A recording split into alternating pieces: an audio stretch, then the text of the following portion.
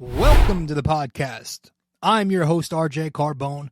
You are listening to BD4, where there's no better way to get your Yankees and Knicks analysis.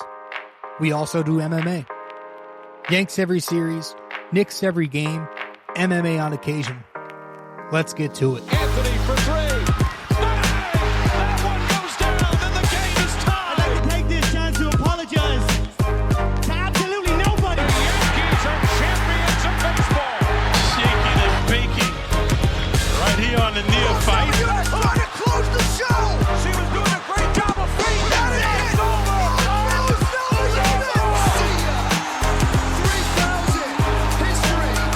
Coming up, so Katie, don't you regret not coming to the Knicks? Don't you regret not coming to the Knicks?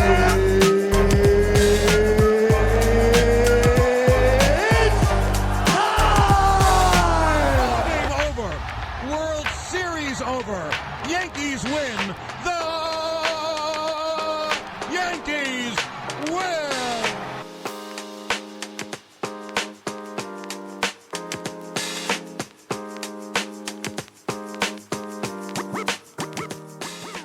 Okay, welcome to the show. The Yanks take 2 out of 3 over the Chicago Cubs. Episode 708 here of the podcast. Welcome to BD4, everybody. I'm your host, RJ Carbone. We're going to dive right in. We are going to dive right in here. Yes, the Yanks take 2 at Wrigley Field. Rizzo, Anthony Rizzo, subject of conversation entering this series as he returned back to his roots here.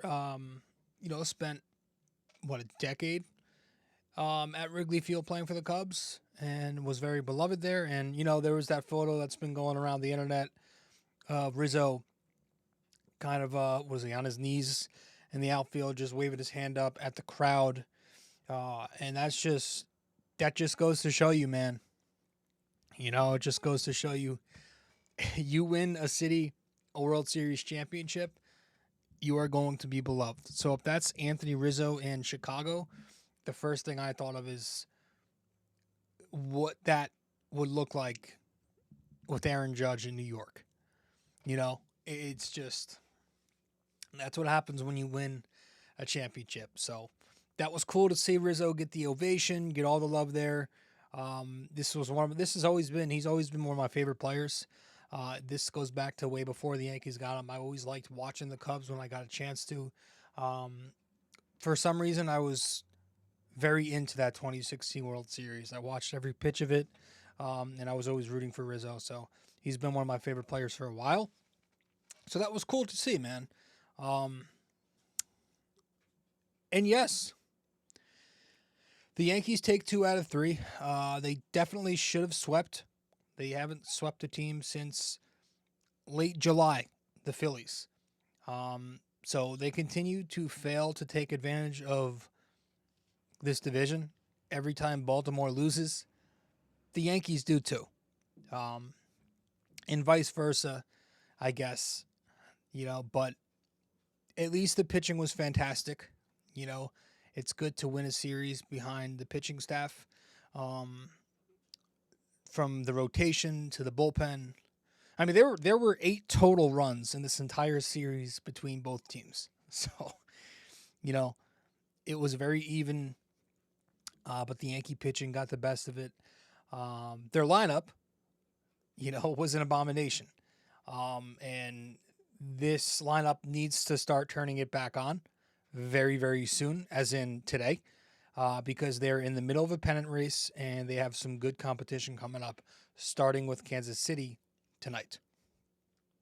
It's the morning of Monday the 9th as I'm recording. But this offense needs to get it going again. This lineup has been dreadful, the last couple of days. You can say, the Chicago wind blowing in, there were 0 home runs hitting the series. A couple hard hit balls by Wells, Stanton that you thought maybe had a chance that didn't. But bottom line, these guys need to start hitting, and it starts with your 2 best hitters, Aaron Judge, Juan Soto. They've both been MIA for a little bit now. Judge has gone 12 consecutive games without a home run. where are you at? Where are you at? He's shown a flash here and there. He's still getting on base, but he's not been anything close to the guy that he was for 5 months. So he needs to wake up. The Paw Patrol curse is in full effect right now. We need that to end. Juan Soto, same thing. He's shown some flashes. He's kind of been quiet for a little bit now. They need him to wake the fuck up because these are the two best players on the team. Stanton has gone ice cold. He did have that fake double in Game 3 last night or yesterday. Jazz Chisholm didn't give you much. Austin Wells had some moments, but he didn't give you a ton offensively. Anthony Volpe sucks. Cabrera doesn't play. Torres has been, consistently decent for a bit now. But listen, my biggest concerns with this lineup and, regarding their productivity in October, it's going to come down to a few things for me. I want to see how they go the rest of the way hitting left-handed pitching because they've gone all season not picking up lefties very well. Game 1 of this series on Friday afternoon, yes, they won the game. Their offense was pretty mediocre against Wicks. They only got 3 runs on him in 5 innings. This is a guy who they should be hitting. So left-handed pitching continues to be an issue for the Yankees. It's weird. Again, we mentioned it last episode. They have a good balance in the lineup this year. So you'd figure, lefties wouldn't give them as much of an issue. But again, you could probably go through it individually and pick out a few guys who aren't hitting lefties. Soto, Judge, Torres, I think they're all hitting lefties very well this year. But then you look at Verdugo, who's not hitting lefties. You look at Stanton, who usually hits lefties, is not hitting lefties. And I'm sure there are some other guys. Austin Wells has had his inconsistencies there. Although he's gotten on base an adequate amount against lefties, the power's not been there. So the Yankees just struggle with left-handed pitching, and that's going to be something that I think could harm them in the playoffs. What if you run into Houston at some point and they throw Valdez at you? It's something. They have Kikuchi now, who's always shut down the Yankees. They have a month left of baseball, a little less than a month now. We are, again, heading into the middle of September now, so 20-something odd games. We'll see however many lefty starters they have to face. I know they have one more coming up in this series against Kansas City. So I'm looking at every one of those games closely. And their inability to mount comebacks is also starting to tally up a large sample size. This is something that's I consider it very important for October ball.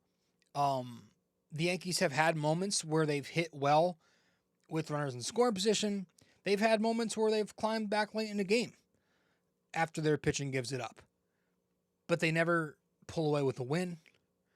And more often than not, their offense is shutting down late in the game. I don't know what it is. It's just been different this year where they haven't mounted late rallies. They haven't really shown many signs of being this resilient lineup who can come back late in the game, and that's very odd. I don't know I don't know what the fuck that was. I was gonna say I don't know how many walk-off victories they've had this year. You could probably count on one hand. I can't imagine it's more than 5. It's probably less than 4. It's probably 3. I can't remember many walk-off wins. Or just wins that come in the 8th inning or later where they take a lead. They don't mount comebacks, and that's something that's concerning to me because, again, going into October, that's something that's important for the postseason. You're facing tougher pitching. All you need is a couple runs. Your big bat's got to show up, And that's where I'll wrap this part up before we get into the series is, again, I'll go back to Judge and Soto need to hit. They're the 2 best hitters on this team. They are 2 historic hitters. So, of course, when they're not hitting, there's going to be an impact that's felt. That's completely normal. Every lineup runs the same way. They need their engine to run for everything else to work. That's how that works. Your depth means nothing without Judge and Soto. And I'm not saying the Yankees have murderers row, 4 through 9. But there's enough depth there to where if Judge and Soto are hitting, I'm not worried about the lineup. But right now, Judge and Soto are not hitting. And I'm less concerned with Soto because he's shown he can do it before on the big stage. But Aaron Judge needs to start hitting again. He's had a history of not showing up in high leverage moments. He's had a history, obviously, of not showing up in the postseason. It's been 3 consecutive postseasons where Judge has been pretty much a dud. He needs to start hitting again. That needs to come soon. So it's going to come down to those two. There's this weird misconception out there that the Yankee lineup only produces because of Judge and Soto, and that's like a roster construction issue. No, that's normal. Like, of course. No shit. That's 100% like every lineup. The best need to be the best, or else your depth means nothing. So those two guys need to start hitting again. Aaron Judge needs to be the one who shows up in the clutch. And yes, it'd be nice if some of the other guys started chipping in. But again, you have Wells, Stanton, Chisholm. All those guys on the season have an OPS of 770 or higher. You've got depth. Volpe needs to that's Volpe's a key for me, man. Torres has come around. I wish Cabrera played. Volpe's a key.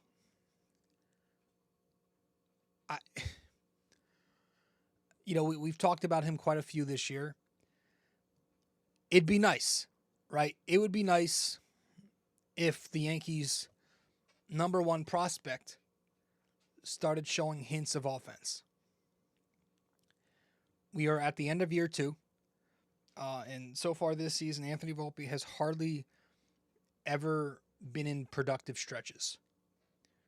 You could say he's been cold 70% of the season, right?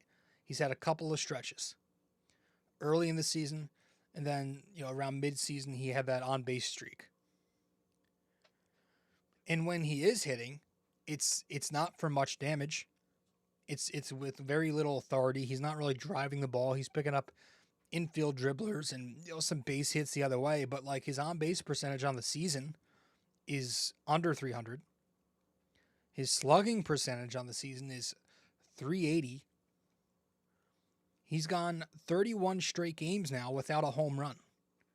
And in that stretch, he's slugging 267 with a 264 on base, which gives him a 531 OPS. In that stretch, he's striking out 34 times and walked 7 times. So the power's not there. The discipline's not there. This, again, I'll remind, this is their number 1 prospect. This is the guy who was their best ranked prospect since Aaron Judge before he entered the league. He was top 5 on the MLB Pipeline's top 100 list in baseball. He was in the same draft class as Gunnar Henderson. This is the same kid who the Yankees refused to pick up the phone and call anybody for 2 consecutive winners when the shortstop market was top-notch. Because they told everybody that this kid's going to hit, that his big strength was his strike zone recognition and control. But he's not even walking, and he strikes out a little bit. He's flattened the swing this year. He's lowered the launch angle to improve contact. And that's completely took away his power, though. His power is gone. And for what? To jump in batting average 45 points, which is a big jump, but what good is your average if you're not getting on base or hitting for power? It's barely an above average league. It's barely an above average batting average. 250. The league average is 244. So if that's your biggest strength and everything else is well below average offensively, what is your, what are you great at? And you got Boone and Cashman and the Yankees trying to move the goalposts and say, oh, but defense, shortstop defense. It's valuable. But let's stop pretending, stop pretending that anyone actually gives that much of a shit about defense. I'll say it. Like, it's a hitter's league. You hit, you win. Hitting is talent in this league. You think I'm valuing Volpe's defense over Corey Seager, Trey Turner? Like, get the fuck out of here. Speed and base running, that's also very good with Volpe. He's got that. But how valuable is that when he's never on base? You know? And I'm not saying Volpe's never going to turn into a good player. I think there's enough talent there. There's enough skill to where he could be a good hitter someday. But those are the key words there, someday. You chose a project shortstop in a win now window. You didn't even have to move him. You could have slid him over to second base. Soto is in a walk year. Judge and Cole are in the middle of their prime. Judge is 32. Stanton's 34. Cole just turned 34. You think the plan was to win a championship when Cole's in his mid-30s? It needs to happen this year with him. He could very well start his decline soon. So, those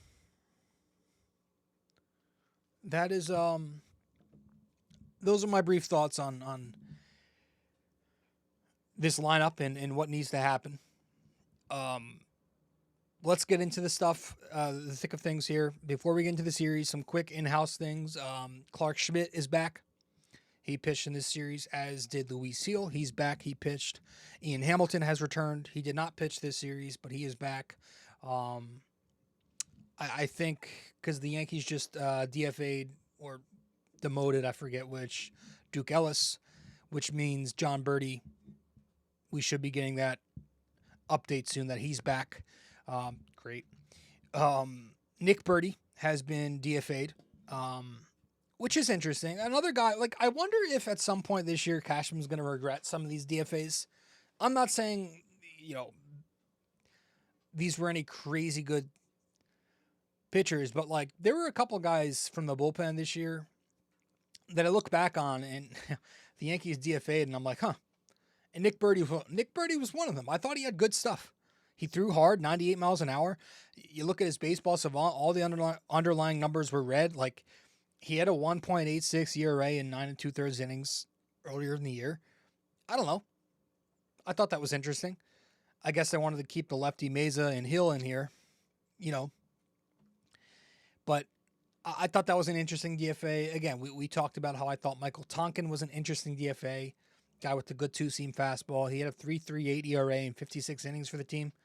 I thought he pitched well for them. And then you can go back to, like, Gonzalez, lefty pitcher, gets a lot of ground balls. Ferguson, lefty. The underlying numbers were good with him. Houston picked him up, and he's been pitching for them now. I wasn't a fan of him, but, like, there are, like, 4 or 5 guys now that the Yankees DFA'd, and it's, it's a little questionable. Just when you compare them to other guys that they have kept on this bullpen right now. But I think that's it. Dominguez still rotting in Scranton, so that's nice. It's a good way to treat your number one prospect. Cashman had the quote over the weekend where he was talking about Verdugo and how he gives us the best chance to win, blah, blah, blah. Talked about the splits, how, which made no sense to me. Like Dominguez is righty dominant. Like, no shit, he's righty dominant. The whole league's righty dominant. Dominguez switch hits. You guys are struggling versus lefties. You went 4.5 months before you started playing your third best hitter because of splits. But a rental outfielder with a 650 OPS can go lefty on lefty? Don't feed me this garbage. Think before you speak. So those are the in-house things. We'll start getting into the series where the Yanks took 2 at Wrigley when we return from our first break. Stay with us. Hey there, thanks for listening in so far. If you enjoyed this episode, please give us a 5-star rating and review on Apple Podcasts. And if you're on YouTube, don't forget to like, comment, and subscribe. Thanks so much.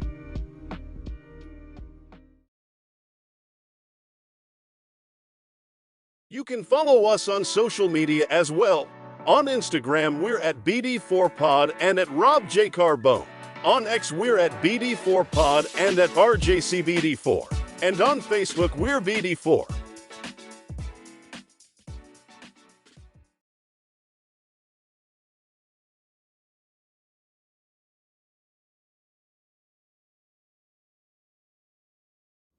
Okay, welcome back to the show.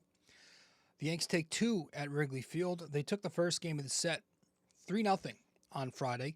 The righty Luis Gil making his return against the lefty Wicks. The Yankee bats scored 3 runs on 7 hits. 6 of them were base hits. 6 walks, 6 strikeouts, 2 GIDPs, and they were 2 for 5 with runners in scoring position again. Against the lefty Wicks, they were able to get all 3 runs on him in 5 innings. Top of the third, they had their 1 inning of offense where they scored 3 runs with 4 base runners in a row. Torres with a leadoff walk, Soto with a base hit to right field, and then Aaron Judge with the RBI double down the left field line off of a hanging curveball, makes it 1-0 Yankees. And then Wells comes to the plate from the cleanup spot, and he gets a cutter low and away that he goes out and gets, and he drives it to the opposite field gap for a 2-run base hit to make it 3-zip Yankees.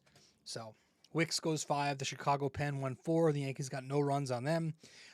Every Yankee in this game picked up just 1 hit besides Stanton and Jazz, who were over.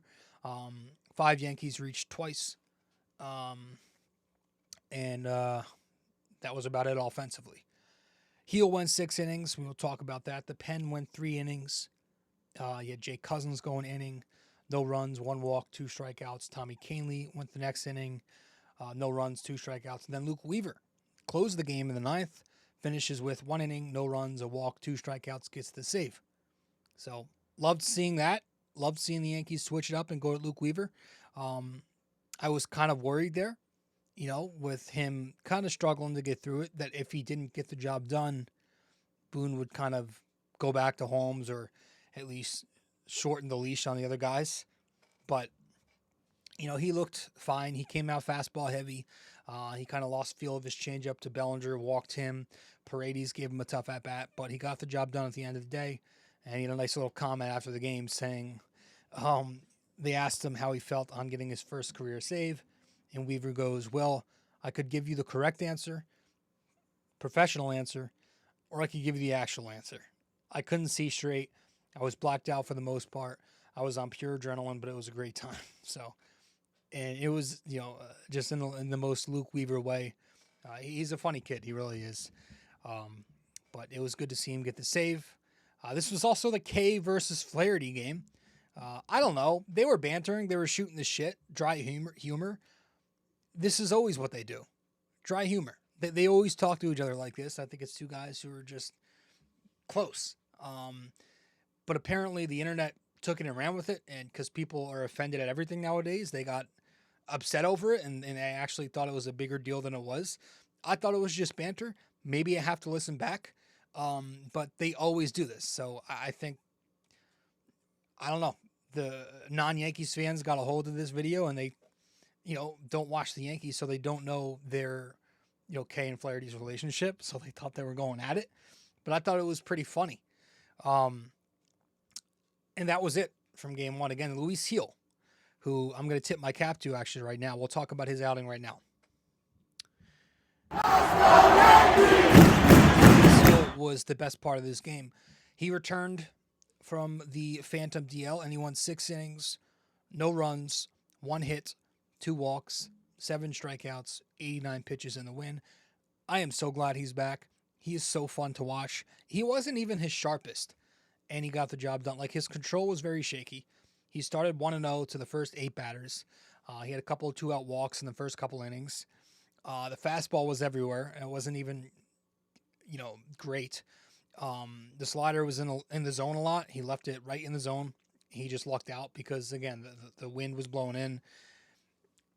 His only blemish on the line was the Bellinger 1-out double in the 4th inning, but he escaped the inning with a strikeout to Paredes. He got him swinging on, he went 3 off speed to start the at-bat, and then he went 3 straight fastball away.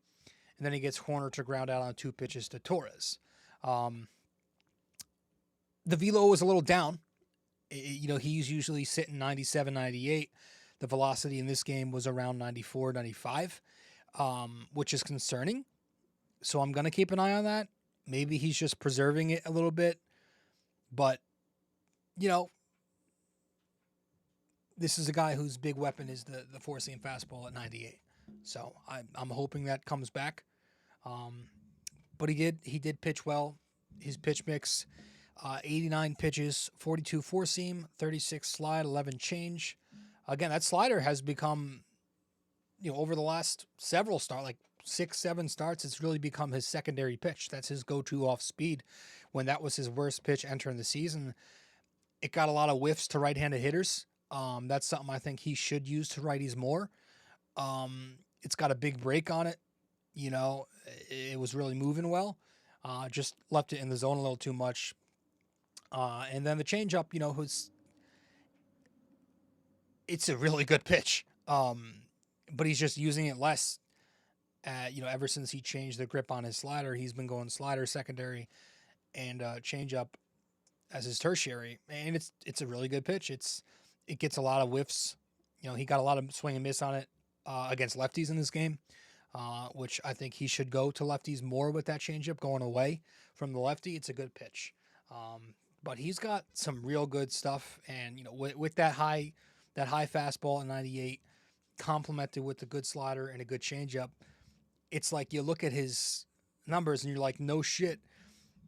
He's allowed only 84 hits in 130 and 2/3 innings. Like, that's a crazy ratio. That's a 5.8 hits per 9 ratio. That is insanely good. And it's because his stuff is unhittable. So good for Luis Gil. He now is second on the team with 14 cap tips on the season. So good for him. And that was the first game of the series. Let's go to game 2. Game 2, the Yankees win this 2-0.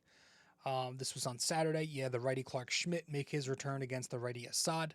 The Yankee bats scored 2 runs on 4 hits, no extra base hits, 6 walks, 7 strikeouts. They grounded into 1 double play, and they were 0 for 7 with runners in scoring position.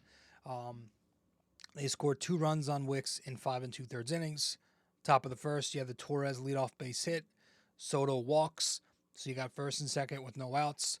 And then Wells picks up an RBI with the ground out with 1 out to make it 1-0 Yankees. Top 6, Aaron Judge, leadoff walk, and then Jazz Chisholm, a 2-out base hit to make it first and second. You have the double steal with Rizzo at the plate.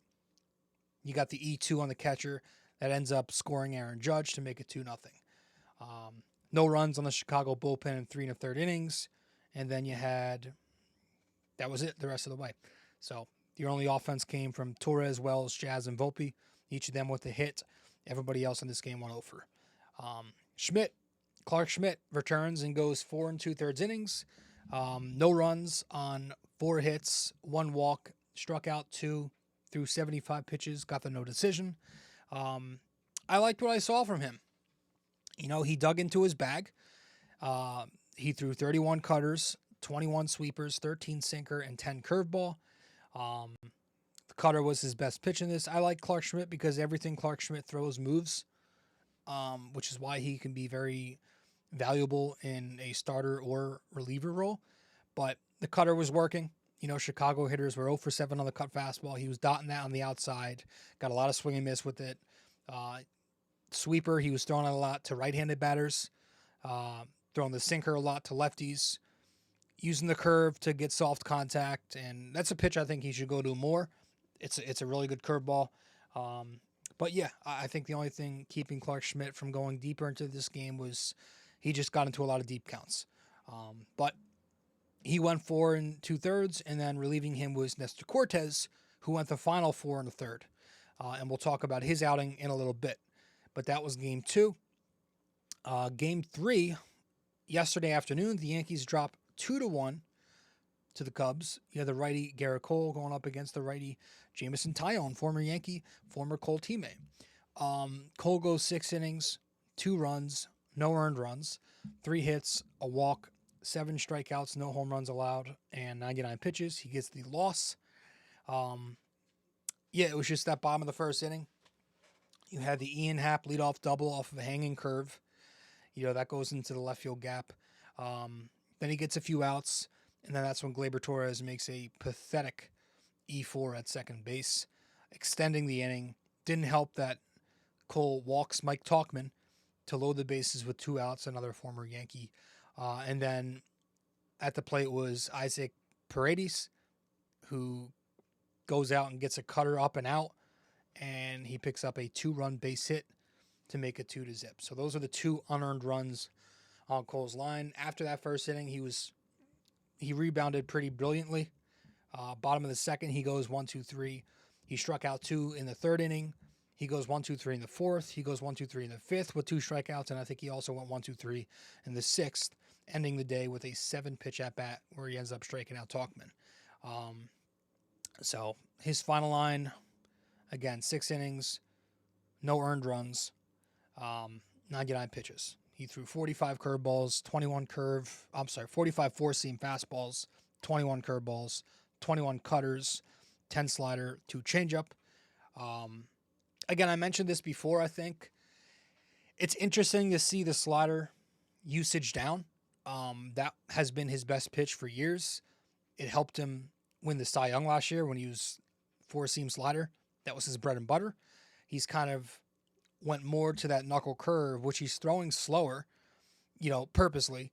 And he's also upped the usage on his cutter, which I've talked about as well, not being a pitch I love for him. But it's worked. It's worked. At least in this start, it looked good. And he looks really good, man. He looks back. His ERA on the year is down to 3.36. His first 4 starts, he had a 6.75 ERA. In 10 starts since, he's got a 2.34, and that includes the 1 Mets implosion. So, really, really been good. This stuff looks back. The swing and miss is back. The velo's back to being very good, 96, 97. The command is back. He only has 1 walk in each of his last 3 starts. He's locating well in and out of the zone, right? He froze Mike Talkman with a 3-2 fastball in the inner half. He drops that 3-2 curve to Ian Happ. He had some really good sequences in this game. So Cole looked great. The pen went 3 innings. Cousins goes a clean inning, walk, strikeout, no runs. Holmes goes an inning in the 8th there, no runs, 2 strikeouts. He looked good. He looks fine. Keep him there. Feel it out. Let him get that 8th inning roll, maybe sometimes the 7th, because statistically, that's where he thrives. You look at his career ERA, he's got a 3.60 ERA in the 9th inning or later. Not a good number. And you look at his 7th and 8th inning ERA in his career, 2.75. So that's where you should probably keep him. The confidence seems better. I feel like that's just a lower leverage role for him. The Bats, they scored just 1 run on 6 hits, 2 doubles, 2 walks, 9 strikeouts, a sac fly, no double plays, 1 for 8 in scoring position.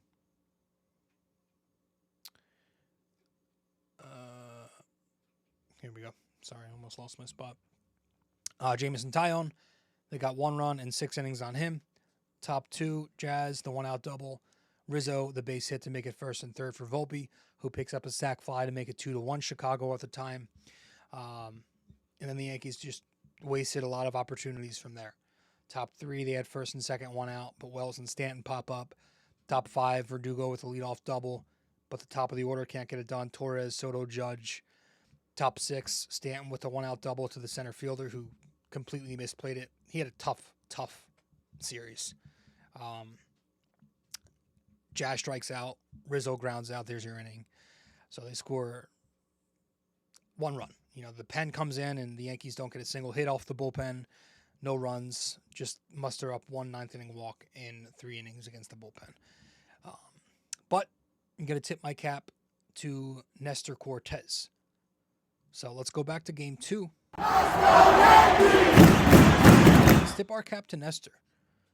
Because in game 2, he piggybacked Clark Schmidt, and he goes 4 1/3, no runs, no hits, 1 walk, 3 strikeouts. So I thought he was brilliant. 8 cap tips now in the year. This is his first, obviously, as a relief pitcher. But yeah, he came into the game with a runner on third base, got out of it, and was brilliant the rest of the way. And this is an interesting role for him. They asked Nestor Cortez after the game how he felt, and he had some interesting comments. It's pretty long, but I'm going to read it right here. Let me see if I can pull it up. Just in my notes here. Here we go. So they asked Nestor after the game how he felt on this role, and he says, "Obviously, I was upset. I feel like amongst all the starters, I've been the workhorse here. Once Cole went down, they picked me to be the opening day starter, not necessarily the number one, but the opening day starter. I had to switch my routine there, and now they do this. I'm never going to back down from a challenge. I'm never going to leave my teammates out to dry. You're always going to get my best effort, no matter if I'm happy or not. That's what I did today. I just came out there and proved that I can be put into any situation, and from here on out, if that's what's my role, then I accept it." So, those were his thoughts.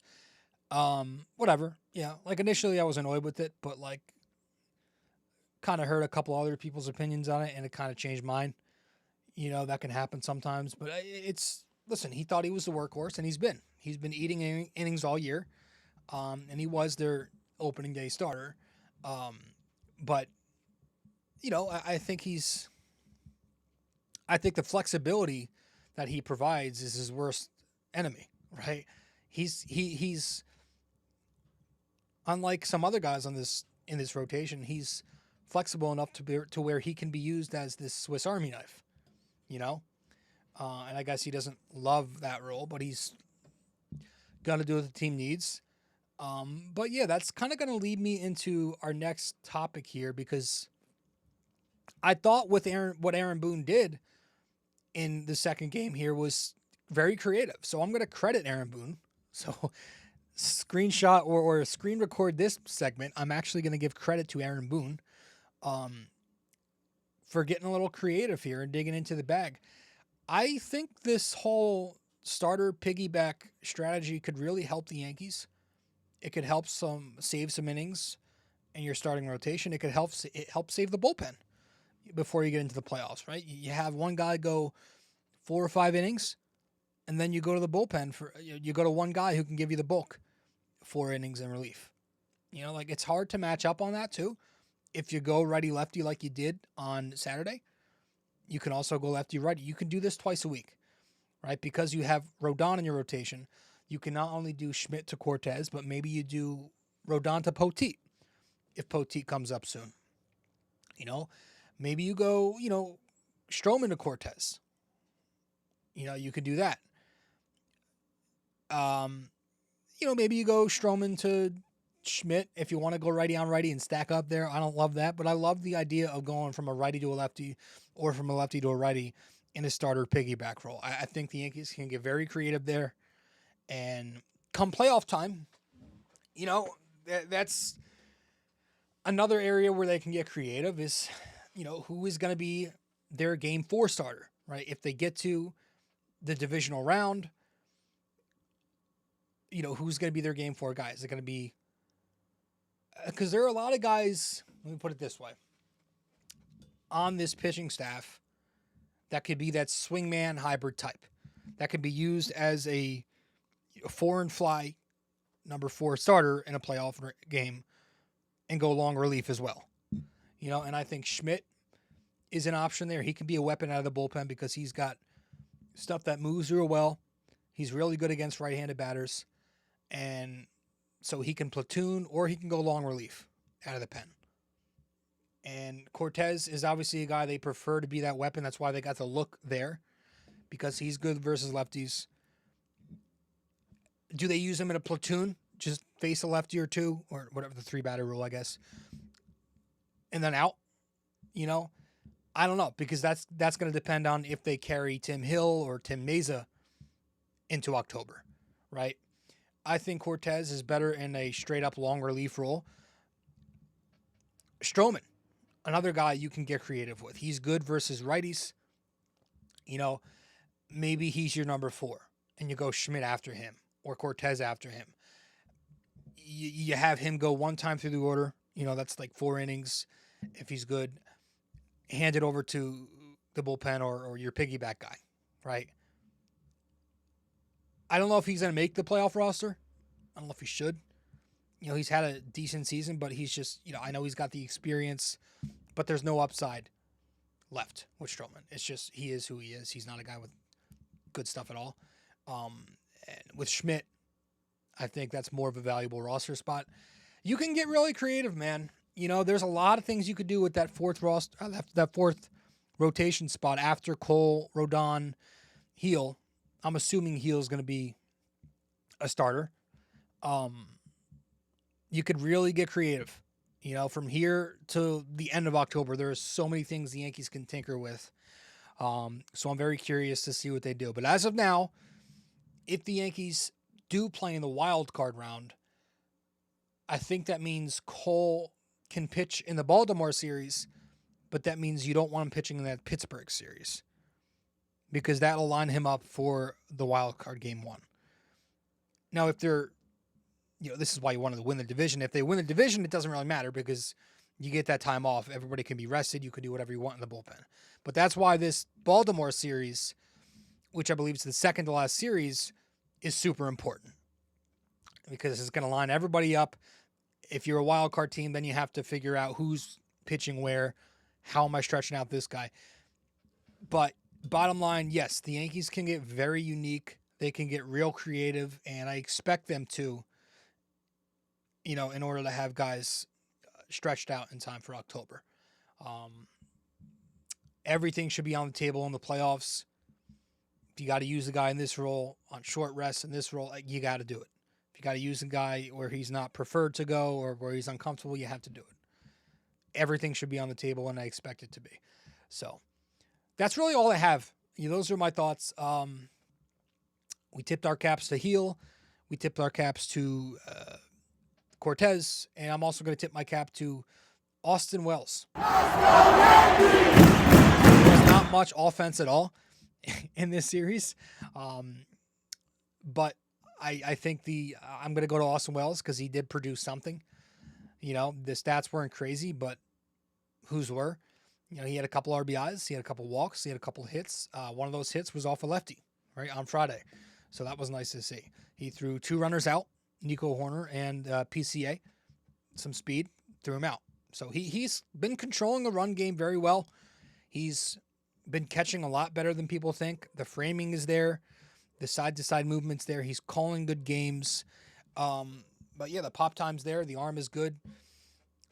When he came into the league last year, there was questions on whether Austin Wells was a second baseman. You're going to move him to first base. Is he a catcher long term? I think he's kind of answering those questions that he can be at least an average catcher at worst.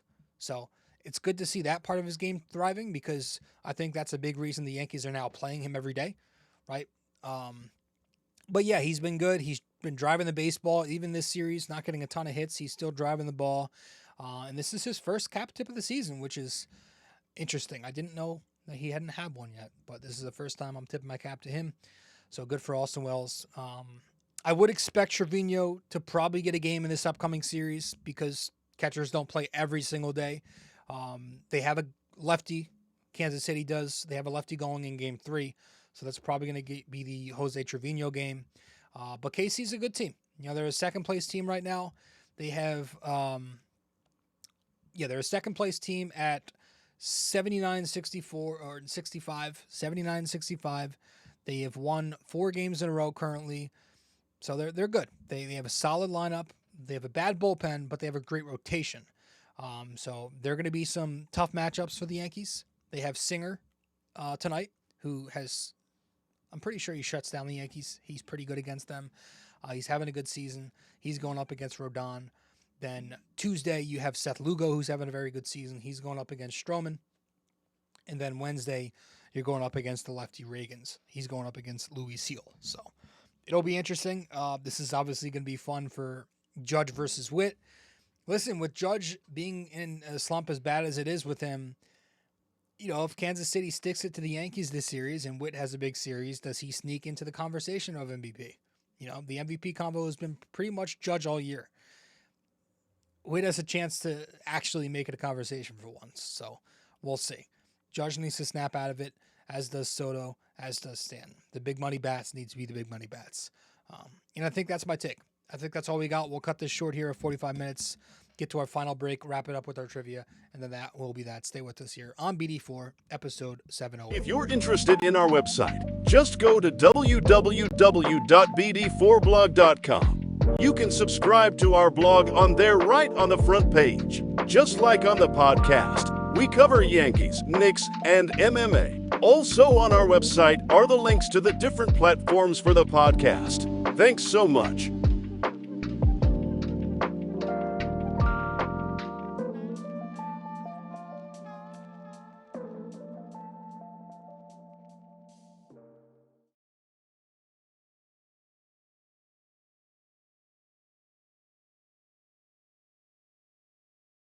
Studio 69 Productions is a podcast production agency created by Leo Rodriguez to allow content creators to market their podcast.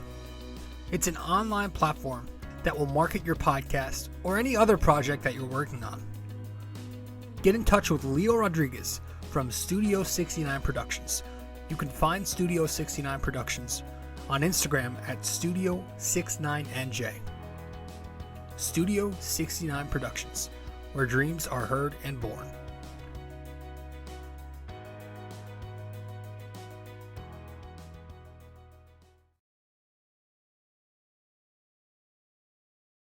Thanks for listening to BD4, where there is no better way to get your Yankees and Knicks analysis. We also do MMA, Yanks every series, Knicks every game, and MMA on occasion.